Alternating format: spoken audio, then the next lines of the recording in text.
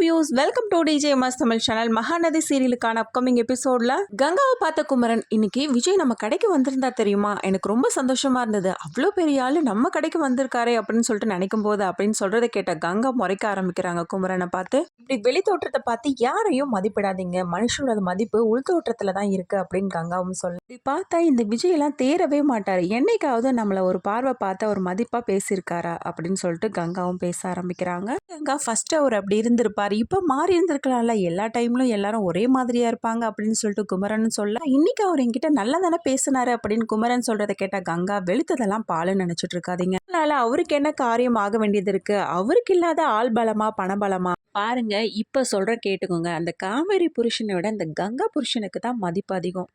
Background நல்லா பெருசா இருந்து வெயிட்டா இருந்து ஒருத்தர் சாதிக்கிறது பெரிய விஷயமா, கை தூக்கி விடுறது கூட ஆளே இல்லாம ஒருத்தர் வந்து முன்னுக்கு வர்றது அதுதாங்க பெரிய விஷயம் அப்படின்னு சொல்றாங்க கங்கா. இப்படி எல்லாம் பேசுறத பார்த்து குமரன் ரொம்பவே சந்தோஷம் அடைய, இந்த பக்கம் பாத்தீங்கன்னா கொடைக்கானல் போயிட்டாரு விஜய். போயிட்டு இந்த பக்கம் போறதா அந்த பக்கம் போறதா ஒரு முறை தான் வந்திருக்கும், எந்த சைட் போறதுன்னே தெரியாம முழிக்கிறாரு. அந்த தருணத்துல யமுனாவுக்கு பேசாம கால் பண்ணி லொகேஷனை ஷேர் பண்ண சொல்லலாமா அப்படின்னு நினைக்க, சேச்சா வேண்டாம் வேண்டாம், யமுனாவுக்கு கால் பண்ணா நம்ம காவேரி தேடி வந்திருக்க அப்படின்ற விஷயம் வந்து தெரிய வந்துருமே அப்படின்னு சொல்லிட்டு எப்படியோ தடுமாறி அந்த வீட்டுக்கு போயிடுறாரு. வீட்டுக்கு வெளியில நின்றுகிட்டே சாமியை வேண்டிக்கிட்டே அந்த கதவை தட்ட காவேரி வந்து பாக்குறத பார்த்து ரொம்பவே சந்தோஷப்படுறாரு. ஒரு நிமிஷம் அப்படியே காவேரி தகைச்சு போய் நின்று அதுக்கப்புறம் கதவை திறக்கிறாங்க. அங்க திறந்து காவேரி வெளியில வர விஜய் ரொம்பவே சந்தோஷத்தோட தண்ணி அறியாம காவேரியை போய் அணைச்சுக்கிறாரு. மெய் மறந்த விஜய் காவேரியை பார்த்து, அறிவியெல்லாம் உனக்கு இப்படி திடீர்னு கிளம்பி வந்துட்டா, எங்கெல்லாம் உன்னை தேடுறது அப்படின்னு சொல்லிட்டு சொல்ல, உடனே காவேரியும் வாயை திறக்க, வாயை மூடு அப்படின்னு சொல்லிட்டு திரும்பவும் பேச ஆரம்பிக்கிறாரு. பண்றதெல்லாம் பண்ணிட்டு இப்படி ஒண்ணுமே தெரியாத மாதிரி பாத்துட்டு இருக்காது அப்படின்னு சொல்லிட்டு சொல்ல, உடனே எதுக்கு என்ன தேடினீங்க அப்படின்னு சொல்லிட்டு காவேரியும் கேட்க, என்ன முறைக்கிறீங்க, நீங்க முறைச்சிட்டா உங்க பக்கம் நியாயம் இருக்குன்னு ஆயிடுமா, எனக்கு பயமா இருக்கு, எங்க சித்திக்கு பயமா இருக்கு, இந்த வீட்டுக்கே பயமா இருக்கு அப்படின்னு சொல்லிட்டு சொன்னதுக்கு அப்புறமா நான் எதுக்காக அந்த வீட்டுல இருக்கணும் அப்படின்னு சொல்லிட்டு காவேரி கேட்க, ஏதோ கோவத்துல சொல்லிட்டோம், ஏன் நீ பதிலுக்கு நீயும் வாயாடல அப்படின்னு சொல்லிட்டு விஜய் கேட்க, நீங்க பேசினா மட்டும் கோவத்துல பேசுறது, நான் பேசினா மட்டும் வாயாடுறது, நல்லா இருக்குங்க உங்க நியாயம் அப்படின்னு காவேரி விஜயை பார்த்து கேட்க, திரும்பவும் ஆரம்பிக்காத காவேரி அப்படின்னு சொல்லிட்டு காவேரியை பார்க்க, என்ன அப்படின்னு காவேரியும் கேட்க, பயந்துட்டேன் காவேரி, உயிரே போன மாதிரி ஆயிடுச்சு தெரியுமா அப்படின்னு சொல்லிட்டு விஜயும் ரொம்ப ஃபீலிங்ஸோட சொல்ல, உடனே காவேரியும் வந்து பார்க்க ஆரம்பிக்கிறாங்க. நீங்க ஃபர்ஸ்ட் உள்ள வாங்க அப்படின்னு சொல்லிட்டு விஜய் உள்ள கூட்டிட்டு போனதுக்கு அப்புறமாவும் திரும்ப விஜய் வந்து காவேரியை பார்க்க ஆரம்பிக்கிறாங்க.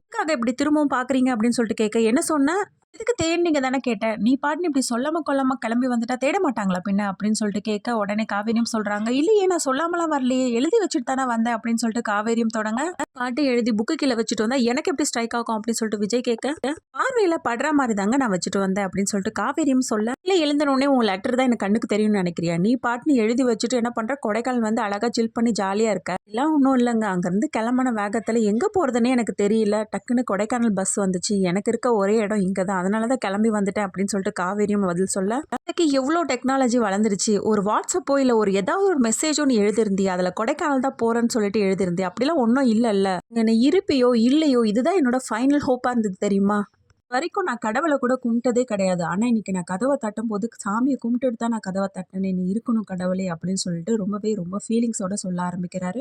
என்ன அப்படின்னு பார்த்துட்டே இருக்க, கொஞ்சம் குடிக்க தண்ணியாவது கூட அப்படின்னு சொல்றதன் பேர்ல காவேரி தண்ணி எடுத்துட்டு வந்து கொடுக்குறாங்க. விஜயும் குடிக்க, அந்த தருணத்துல தாத்தா கால் பண்ணி, என்னப்பா காவேரி கிடைச்சிட்டாளா அப்படின்னு கொண்டு கேட்கா, இப்பதான் தாத்தா பார்த்தேன் அவளை அப்படின்னு சொல்றதன் பேர்ல ரொம்பவே சந்தோஷப்பட்டாரு. நைட்டு ஃபுல்லா தூங்கவே இல்லப்பா, காவேரி கிடைப்பாளா மாட்டாளோ அப்படின்னு சொல்லிட்டு அதை பத்தியே தான்ப்பா நான் நினைச்சிட்டு இருந்தேன் அப்படின்னு சொல்றது மட்டும் இல்லாம காவேரி கிட்ட கொடுக்க சொல்லி பேசுறாரு. காவேரி கிட்ட, என்னம்மா காவேரி இப்படி பண்ணிட்டே, ரொம்பவே பயந்து போயிட்டமா நானா அப்படின்னு சொல்றது மட்டும் இல்லாம, நீ உடனே வீட்டுக்கு கிளம்பி வாமா விஜய் கூட அப்படின்னு சொல்றாரு. நீங்க தாத்தா அப்படின்னு சொல்லிட்டு காவேரியும் பேசிட்டு போனை வைக்க, என்ன சொல்றாரு தாத்தா அப்படின்னு கேட்க, உடனே கிளம்பி வர சொன்னாருங்க அப்படின்னு வந்து காவேரியும் சொல்ல, நீ என்னதான் சொன்னாலும் இப்பெல்லாம் என்னால கிளம்பவே முடியாது, ஹில் ஸ்டேஷன்ல டிராவல் பண்ணி வந்தது எனக்கு உடம்பெல்லாம் ஒரே பெயினா இருக்கு, அதனால 2 நாள் ரெஸ்ட் எடுத்துட்டு தான் இங்க இருந்து கிளம்பணும்னு சொல்லிட்டு என்னோட முடிவா இருக்கு, அதனால நீ இதை ஏத்துக்கிட்டு தான் ஆகணும் அப்படின்னு சொல்லிட்டு விஜயும் கேஷுவலா சொல்ல காவேரியும் சிரிக்க ஆரம்பிக்கிறாங்க. எனக்கு ஒரு காஃபி கிடைக்குமா அப்படின்னு விஜய் கேட்க, இருங்க ஒரு நிமிஷம் அப்படின்னு சொல்லிட்டு போறாங்க. ஐயோ பாலும் காஃபி தூளும் இல்லையேங்க, நான் போய் வாங்கிட்டு போட்டு வரவா அப்படின்னு சொல்லிட்டு அதுக்கப்புறம் போட்டு எடுத்துட்டு வந்து கொடுக்கறதுக்குள்ள விஜய் சோஃபா மேலேயே தூங்கிடுறாரு.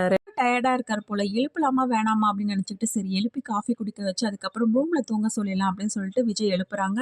காஃபி குடிச்சிட்டு படுங்க அப்படின்னு சொல்லிட்டு சொல்ல, விஜயும் காஃபியை வாங்கி குடிச்சிட்டு வா வெரி நைஸ் அப்படின்னு சொல்லிட்டு காஃபியை புகழ், இல்லைங்க இங்க லோக்கல்ல இருக்க கடையில தான் விற்குது, நல்லாவே இருக்கும், நம்ம ஊருக்கு போகும்போது வேணா வாங்கிட்டு போலாம் அப்படின்னு சொல்லிட்டு காவேரியும் சொல்றாங்க. ஆமா தாத்தா சொன்னாரு என்ன தேடி எங்கெங்கயோ அழிஞ்சிங்களாமே, எப்படி 8 மாசத்துல இதான் நடக்க போகுது, எதுக்கு இப்பவே தொல்லை விட்டு போச்சு அப்படின்னு சொல்லிட்டு நீங்க பாட்டு ஜாலியா இருக்க வேண்டியதானே அப்படின்னு காவேரி கேட்க, நானே உங்களுக்கு ஒரு சூப்பரான வாய்ப்பை கிரியேட் பண்ணி கொடுத்தோம், அதை மிஸ் பண்ணிட்டீங்களே பாஸ் அப்படின்னு சொல்லிட்டு காவேரியும் கேஷுவலா சொல்றாங்க. இதுதான் ஒரு நல்ல வாய்ப்பா, அப்படிலாம் விட்டுட்டு போக முடியாது அப்படின்னு விஜயும் கேஷுவலா சொல்ல, ஏன் அப்படின்னு சொல்லிட்டு காவேரியும் கேட்க, அது வந்து இந்த அக்ரிமெண்ட் முடியறதுக்கு ஒன்று 8 மாசம் இருக்குல்ல, இது வரைக்கும் நான் உன்னை நல்லா பாத்துக்கணும்ல, உங்க வீட்டுல உள்ளவங்கள என்ன கேள்வி கேட்க ஆரம்பிச்சிட்டாங்களா அப்படின்னு சொல்லிட்டு விஜயும் கேஷுவலா சொல்லும். கூட ஏதோ மனிதாபிமான அடிப்படையில உங்க கூட ஒரு பொண்ணு இருந்துச்சு அப்படின்னு சொல்லிட்டு வந்திருப்பீங்கன்னு நான் நினைச்சேன் அப்படின்னு சொல்லிட்டு காவேரியும் பேச, ஏதோ பாசத்துல தான் தேடி வந்தீங்க அப்படின்னு நினைச்சேன் அப்படின்னு சொல்றது மட்டும் இல்லாம, பரவாயில்ல பாஸ், அப்படி நீங்களாவே இருங்க அப்படின்னு சொல்லிட்டு சொல்றாங்க. நீங்க நல்லா ரொம்பவே தெளிவா தான் இருக்கீங்கப்பா, சரி வாங்க பெட்ரூம்ல வந்து ரெஸ்ட் எடுத்துக்கோங்க. தேங்க்ஸ் காவேரி அப்படின்னு விஜய் சொல்ல, எல்லாத்துக்கும் தேங்க்ஸ் சொல்லணுமா, இதெல்லாம் ஒரு அக்ரிமெண்ட் அடிமையோட கடமை அல்லவா அப்படின்னு சொல்லிட்டு காவேரியும் பேச, எங்க பாஸ் நீங்க ரெஸ்ட் எடுத்துக்கோங்க, நான் போய் உங்களுக்கு பிரேக்ஃபாஸ்ட் ரெடி பண்றேன் அப்படின்னு சொல்லிட்டு காவேரி அங்கிருந்து கிளம்ப, விஜய் ஒரு நிமிஷம் அப்படின்னு சொல்லி, வீட்டுல அங்க இல்லாம நான் ரொம்பவே பயந்து போயிட்டேன் தெரியுமா அப்படின்னு சொல்லிட்டு காவேரி பார்த்து விஜய் சொல்ல, உடனே விஜயும் காவேரி பாத்துக்கிறாங்க மாறி மாறி. இன்னைக்கான எபிசோட வந்து முடிச்சிருக்காங்க. இன்னைக்கு அடுத்தடுத்து வர ப்ரோமோஸ் ஆர் வீடியோஸ் வந்து தெரிஞ்சுக்கணுமா, அப்ப மறக்காம நம்மளோட சேனலை வந்து சப்ஸ்கிரைப் பண்ணிக்கோங்க, கூடவே இருக்க அந்த பெல் ஐக்கனும் கிளிக் பண்ணிடுங்க, அப்பதான் நான் போடுற அடுத்தடுத்த வீடியோஸ் உங்களுக்கு நோட்டிஃபிகேஷன்ல வரும். ஓகே வியூஸ், தேங்க்ஸ் ஃபார் வாட்சிங் திஸ் வீடியோ.